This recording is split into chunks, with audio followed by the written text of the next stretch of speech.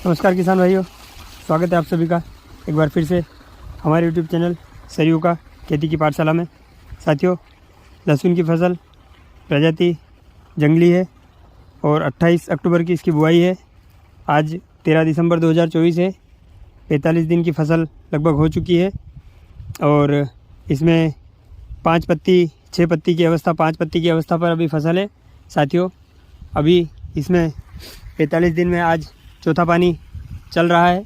पिछली बार हमने तीसरा सिंचाई जो दिया था वो 22 नवंबर को इसको पिलाया था और आज 13 दिसंबर को फिर से इसमें पानी जा रहा है। मतलब 21-22 दिन में हम इसको पिला रहे हैं। और साथियों सिंचाई की हम बात कर रहे थे कि 22 दिन में इसमें भी चौथा पानी जा रहा है।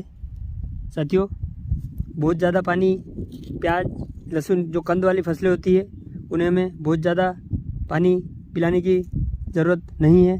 जनरली सामान्य तौर पर हमारे किसान भाइयों का ऐसी मनोवृत्ति है, ऐसी टेंडेंसी है कि चूँकि कंद वाली फसलें हैं तो इनके जड़ों को इनको पानी की ज़्यादा आवश्यकता पड़ती है। ऐसा नहीं है साथियों।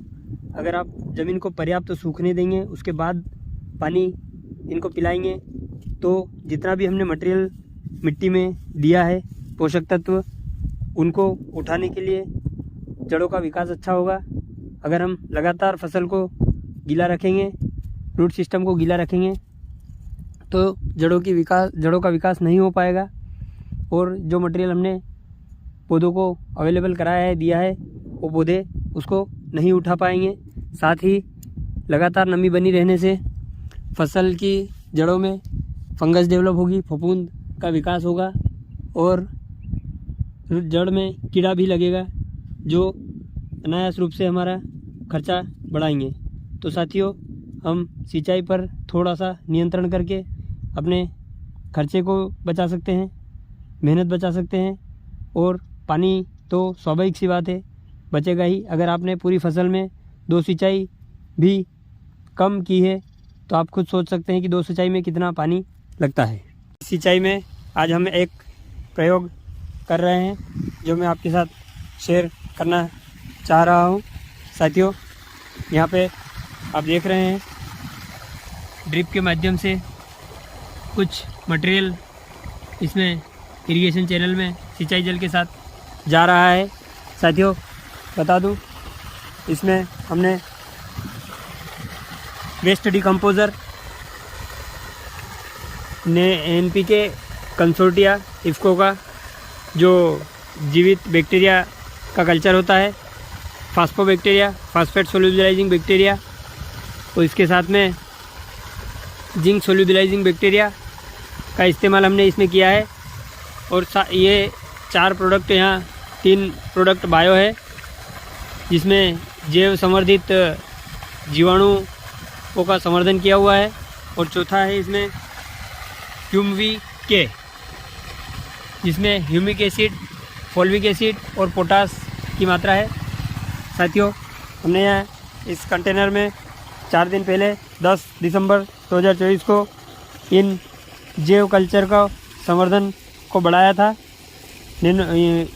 NPK consortia, phosphate solubilising bacteria, zinc solubilising bacteria और बायो डिकम्पोज़र, वेस्ट डिकम्पोज़र, इन चारों को हमने 10 दिसंबर को इस ड्रम में 200 लीटर के ड्रम में 2 किलो गुड़ के साथ कल्चर को तैयार कर इसकी क्वांटिटी को बढ़ाई थी। और आज जब हमने सिंचाई चालू की है तब इसमें 200 लीटर पानी में 250 ग्राम HuMVK मिलाकर इसको इरिगेशन चैनल के साथ, सिंचाई जल के साथ ड्रेंचिंग के रूप में दे रहे हैं। साथियों, NPK कंसोर्टिया जो है वो इसमें नाइट्रोजन के लिए एजोटोबैक्टर और एजोस्पेरिलम बैक्टीरिया होते हैं जो हमारे वायुमंडल में 78% नाइट्रोजन जो पाई जाती है। आपको बता दूं, वायुमंडल में 78% नाइट्रोजन पाई जाती है। उस नाइट्रोजन को मिट्टी में अवेलेबल कराने का काम करते हैं, वायुमंडल से मिट्टी में स्थानांतरण करते हैं एजोटोबैक्टर एजोस्पेरिलम अदलहनी फसलों में, जैसे कि आपका प्याज हुआ, लहसुन हुआ, या और भी जो अदलहनी फसलें हैं इनमें गेहूँ है, मक्का है, ज्वार है, बाजरा है, जो इनमें एजोटोबैक्टर, एजोस्पेरिलम नाइट्रोजन फिक्सेशन का काम करते हैं।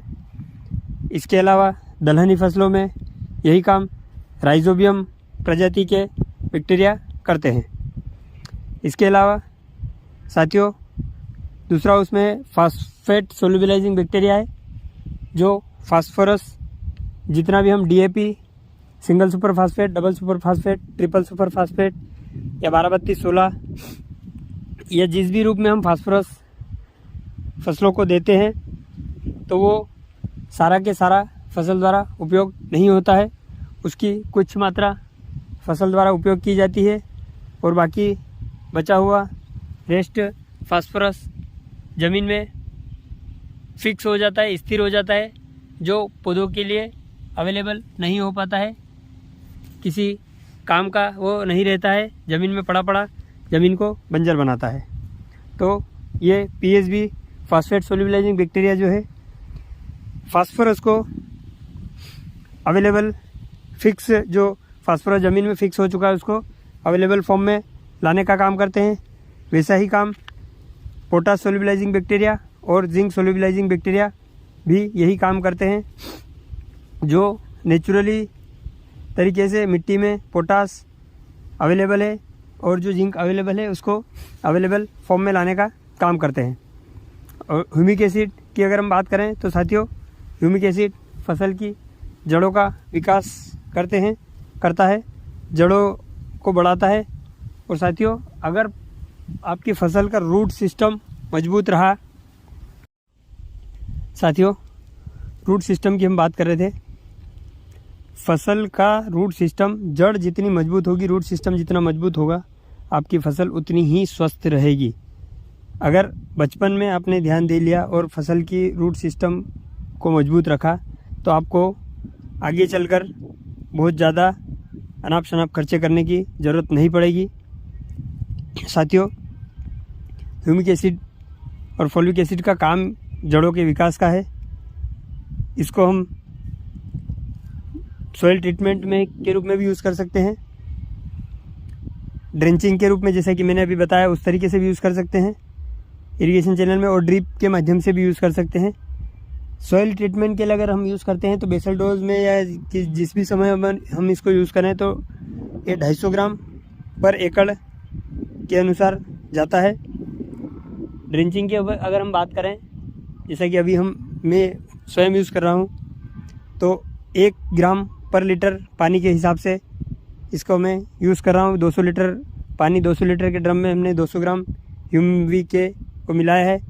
वहीं पर ड्रिप से अगर हम इसको देना चाहें तब भी हम 1 ग्राम या 1 ml प्रति लीटर पानी के हिसाब से ड्रिप के माध्यम से भी ड्रेंचिंग कर सकते हैं। साथियों अब हम ये ह्यूमिक जो है ये कार्बनिक उत्पाद है और कुछ मैंने अभी बायो उत्पाद बताया अभी। साथियों हम दोनों में डिफरेंस जानना बहुत ज़रूरी है कि कार्बनिक क्या होता है और जैविक क्या होता है, बायो क्या होता है और ऑर्गेनिक क्या होता है। साथियों बायो प्रोडक्ट जितने भी होते हैं वो कुछ जीवाणुओं का कल्चर तैयार करके एक ऐसे माध्यम में रखा जाता है जिस माध्यम में वो जीवाणु जीवित रह सके। तो ये है जैव कल्चर, जिसको हम कह सकते हैं। जैविक उत्पाद जो होते हैं वो हमेशा बैक्टीरियाओं का संवर्धित रूप रहता है और बैक्टीरिया हमेशा जीवित अवस्था में रहते हैं। तो साथियों एक सुझाव मैं आपको देना चाहूँगा कि कभी भी हम जैविक उत्पाद बायो प्रोडक्ट का अगर इस्तेमाल करें तो रासायनिक उर्वरकों और रासायनिक दवाइयों के साथ कभी न करें। वहीं पर अगर कार्बनिक उत्पाद की हम बात करें तो अभी जैसे हमने ह्यूमिक की बात की, वो एक कार्बनिक उत्पाद है, मतलब उसमें कार्बन का कंटेंट है, किसी रसायन की मात्रा नहीं है और ना ही कोई जैव संवर्धित जीवाणु है उसमें। वो एक जीवित माध्यम नहीं है, वो एक कार्बनिक उत्पाद है। तो हम किसी कार्बनिक उत्पाद को जिसमें कोई बैक्टीरिया नहीं है, कोई जीवाणु नहीं है, उस प्रकार के कार्बनिक उत्पाद को हम रासायनिक उर्वरकों कीटनाशकों दवाइयों के साथ इस्तेमाल कर सकते हैं। साथियों, जानकारी कैसी लगी कमेंट करके ज़रूर बताएं। वीडियो को लाइक शेयर करना न भूलें।